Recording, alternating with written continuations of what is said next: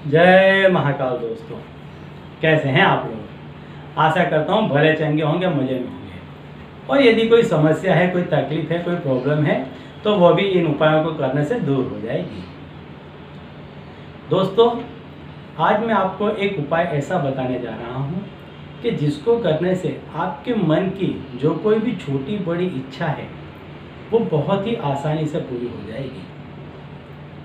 आसानी से पूरी हो जाएगी इसका ये मतलब कतई नहीं है कि आपको कुछ कर्म नहीं करना पड़ेगा या कार्य नहीं करना पड़ेगा। देखिए, जब आप किसी वस्तु या व्यक्ति को पाने के लिए कोई टोना टोटका या उपाय करते हैं, कोई पूजा पाठ करते हैं, कोई मंत्र आराधना करते हैं, तो वह भी एक प्रकार का कर्म ही है जो अलौकिक शक्तियों से आपको मदद प्रोवाइड करता है। और दूसरा कर्म होता है कि उस वस्तु या व्यक्ति को पाने के लिए आप जो शारीरिक प्रयत्न करते हैं, कर्म करते हैं, जैसे मान लीजिए आपको किसी जगह पर जॉब के लिए जाना है, तो जो आप इंटरव्यू देने के लिए जाएंगे वह भी एक कर्म है। इंटरव्यू के लिए जो प्रिपरेशन करेंगे वह भी एक कर्म है। तो ये कर्म भी आपको करना है। इसके साथ साथ यदि आप इस कर्म को भी जोड़ लेते हैं, पूजा पाठ, टोने टोटके इत्यादि को, तो आपके सफलता के चांसेस कई गुना बढ़ जाते हैं। यदि कोई हाय है, बद्दुआ है, नज़र है, ग्रह दोष है, तो इन उपायों को करने से वो दूर हो जाते हैं और आपने जितनी मात्रा में प्रयत्न किया है उससे अधिक मात्रा में आपको सफलता मिलने के चांसेस बढ़ जाते हैं। तो दोस्तों, चलिए मैं बताता हूँ आपको कि करना क्या है। लेकिन उसके पहले यदि आप मेरे चैनल में नए हैं और अगर अब तक आपने मेरे चैनल को सब्सक्राइब नहीं किया है तो जल्द से कर दें, बेल आइकन को प्रेस कर दें। इससे मेरे द्वारा बताए जाने वाले उपाय आप तक आसानी से पहुंचेंगे, जल्दी से पहुंचेंगे, जिन्हें करके आप सुखमय जीवन व्यतीत कर पाएंगे। दोस्तों, मैं जो आपको उपाय बताने जा रहा हूं, इसमें आपको कोई पूजा पाठ की कोई एक्स्ट्रा आवश्यकता नहीं है, कोई दिन समय का बाध्य नहीं है। इसको आपको किस तरह से करना है, मान लीजिए कि आप इस क्रिया को किसी छोटे काम के लिए इस्तेमाल में ला रहे हैं जो एक दिन का काम है। जैसे कि आप इंटरव्यू के लिए जा रहे हैं, कहीं इंटरव्यू के लिए जा रहे हैं और आपको ऐसा है कि आपको इस इंटरव्यू में सफलता मिल जाए, या आप किसी एग्ज़ाम में जा रहे हैं, ऐसे किसी भी कार्य में जा रहे हैं, कोर्ट कचहरी की सुनवाई में जा रहे हैं, ऐसे काम के लिए जा रहे हैं कि उस दिन उसका फैसला आ जाएगा, ऐसे किसी कार्य के लिए जा रहे हैं, तो आपको क्या करना है कि उस दिन आपको फलाहार करना है। सिर्फ फलाहार, आपको निराहार लेना है, किसी भी तरह का अनाज आपको लेना नहीं है, सिर्फ आपको फलाहार ही करना है उस दिन। और जो मैं आपको मंत्र बताऊंगा उसको बोलकर आपको अपने सिर पर ऐसे हाथ घुमाना है, दहलीज पे, आपके घर की देहरी पे खड़े होकर और निकल जाना है।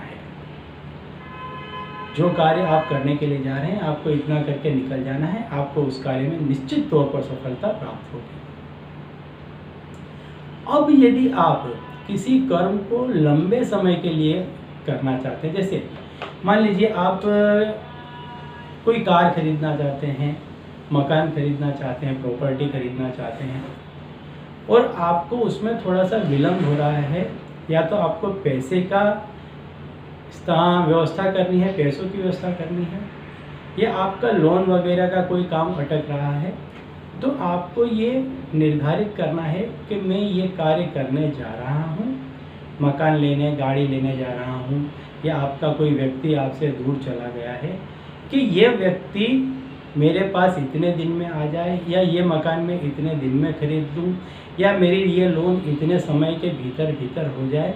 इस तरह का आपको संकल्प लेना है, हाथ में जल लेकर के संकल्प लेना है कि मैं इस क्रिया को करने के लिए इतनी दिन की अवधि निर्धारित करता हूँ और इतने दिन तक आपको कोई भी एक मनपसंद खाने की, कोई भी एक मनपसंद चीज़ का आपको त्याग करना होगा। किस तरह से करना होगा? आपके यदि कोई गुरु हैं तो उनके सामने इस चीज़ का त्याग करना पड़ेगा। यदि साक्षात रूप से आप आपके गुरु से न मिल पाए तो उनकी तस्वीर, प्रतिमा, मूर्ति कुछ भी हो, उसके सामने आप उस वस्तु को रख दें। जैसे मान लीजिए कि केरी आपको अति प्रिय है, तो आपने केरी रख दी और उनसे कह दें कि आप इतने दिनों के लिए इस चीज़ का त्याग करते हैं, इसके बदले में मुझे ये कार्य करना है, ये काम मेरा होना चाहिए। अब यदि आपका कोई गुरु नहीं है तो आपको क्या करना है? जगत गुरु दत्तात्रेय को अपना गुरु मान लें, श्री कृष्ण को अपना गुरु मान लें, और यदि कोई नहीं है तो माता पिता हर बच्चे के गुरु होते हैं, वही उसको चलना बोलना उठना बैठना सिखाते हैं।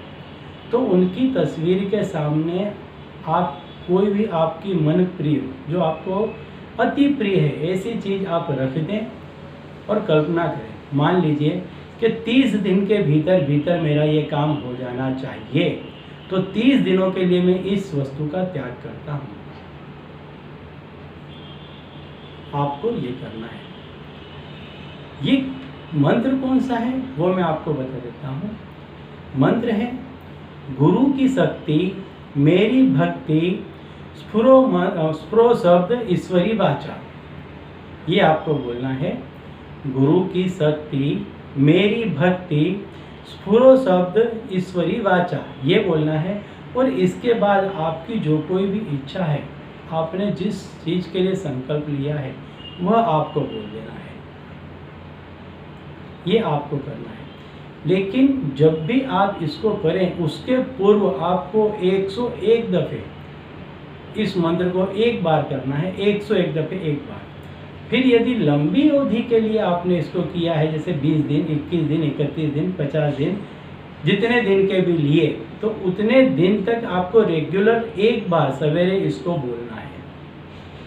कोई दूसरे नियम की आवश्यकता नहीं है, सिर्फ एक ही नियम इसके लिए आवश्यक है, वो है स्वच्छता का नियम। जब भी आप इसको करें स्वच्छता के साथ करें। पहली बार जब आप इस मंत्र को सिद्ध करें तो 101 बार बोल दें, मंत्र बोल दें, उसके बाद आपकी इच्छा बोल दें 101 बार। फिर रेगुलर आप जितने दिन के लिए आपने संकल्प लिया है, सवेरे सिर्फ एक बार आपको बोलना है। यदि आप किसी छोटे कार्य के लिए कर रहे हैं जिसमें एक दिन का ही काम है, तो उसमें आपको क्या करना है, 101 दफ़े जब भी आपने कर लिया, इसके बाद जब आप इस कार्य को करने के लिए निकलेंगे तो आपके घर की जो दहलीज होगी उस पर खड़े होकर के एक बार मंत्र बोलकर पीछे अपनी इच्छा लगाकर सिर पर इस तरह से हाथ घुमाकर निकल जाएं, निश्चिंत होकर। आपका कर्म भी हो गया, आपको ऊपर से जो शक्ति मिलने वाली थी वो भी मिल गई। तो 110% आपको उस कार्य में सफलता प्राप्त होगी। तो दोस्तों ये उपाय भी काफ़ी सटीक है, बहुत बेहतरीन है। ज़्यादा से ज़्यादा लोगों में शेयर करें कि उनके भी काम बनने लगें और आपको पुण्य की प्राप्ति होने लगे, जिससे आपके नित्य नए कार्य होने लग जाएंगे। तो चलिए दोस्तों, अब इस उपाय के साथ मुझे दीजिए विदा, और आप लोग देखते रहिए दिव्य प्रकाश और अपने जीवन में लाभान्वित होते रहिए। धन्यवाद।